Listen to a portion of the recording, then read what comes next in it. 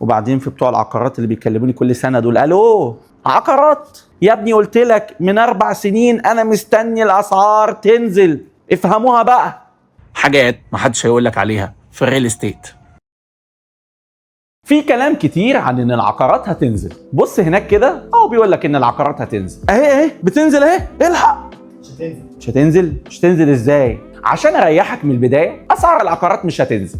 ده عم سعيد القهوجي مأكد لي انها هتنزل. طب تعالى اكلمك كلام الناس العاقله وافهمك ليه مش هتنزل. تعالى نقسم الموضوع لنقطتين. اولا، اي سوق في الدنيا مبني على العرض والطلب، فبالنسبه للعقارات هنا وبالذات العقارات الفاخره لازم نفهم مين صاحب الطلب وايه كميه المعروض بالنسبه له. هل هو كافي، قليل، ولا زياده؟ احنا 120 مليون مصري، لو افترضنا ان في 5% بس منهم بيشتروا عقارات فاخره، ويا عم ربنا يكرمك وتبقى من ال5% وابقى ادعي لنا او تعالى اشتري معانا. وخلي بالك انا قصدي هنا بفاخره مش عقارات زي الفلل، انا قصدي ان عقارات سعرها من اول 5 مليون وانت طالع، لان ب 2-3 مليون تشتري في شارع شبرا عندنا. يعني هنقول في المتوسط في 6-7 مليون مصري بيشتروا عقارات جوه مصر، على الرغم ان الرقم ده المفروض يبقى اكبر مش اقل. وعندك العاملين بالخارج اللي عددهم اكتر من 9-10 مليون مواطن مصري بيشتغل بره مصر، ودول ناس شقيانين بالمناسبه، ولكن هم فرق العمله بيساعدهم ان هم يشتروا عقارات فاخره حتى لو بالتقسيط.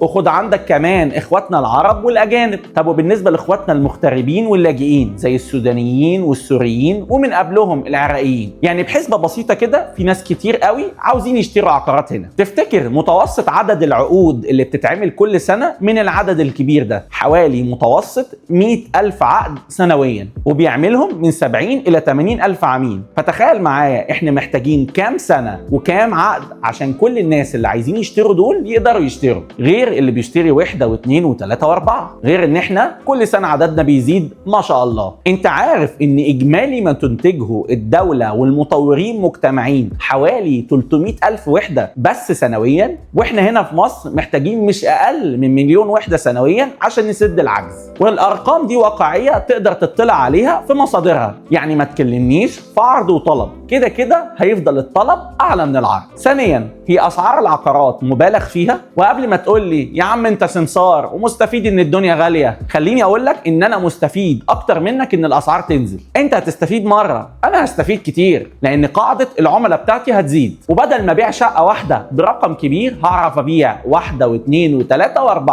بس برقم اقل. انا بنفسي طلعت في ريل 37 وقلت ان جزء كبير من سعر العقار فوائد ومكسب المطور في بعض الاحيان مبالغ فيه، ومعاك كمان تحوط اللي وصل في بعض الاحيان انه قيموا الدولار على 100 جنيه، وده معناه ببساطه ان سعر العقار مبالغ فيه. ولكن لو قعدت مع نفسك وسألت، طالما انا عارف وانت عارف والمطور عارف، ليه المطور ما بينزلش اسعاره ويروق علينا بقى؟ اكتر حاجه بتميز سوق العقارات في مصر انه ثابت، فالاسعار بتزيد او بتفضل ثابته، لانه مش قائم على سياسه البورصه زي معظم الاسواق التانيه. ده اللي خلى العقار في مصر محل ثقه كبير للمستثمرين في العالم كله. لو شركه واحده نزلت اسعارها، الثقه دي اللي هي جزء من ثوابت السوق هتتهز، والناس هتخاف وهتنسحب، وهيحصل كارثه اكبر بكتير. طب المطورين عملوا تصحيح للموقف ده ازاي؟ بالم هيلز في بدايه 2025 وبعدها اغلب المطورين قدموا طرق سداد مرنه وطويله اكتر من المعتاد، تخليك تجذب شريحه اكتر من العملاء المهتمين بالعقارات واللي كانوا زمان مش قادرين يشتروا بسبب ضغط الاقساط. قدموا كمان اراضي جديده يطرحوها باسعار ارخص، فيقدروا يقدموا مشروعات جديده باسعار اقل، وفي النهايه الاسعار مش هتنزل. فلو ناوي تشتري، اشتري دلوقتي في مرحله التصحيح، عشان انا جاي لك من المستقبل وبقول لك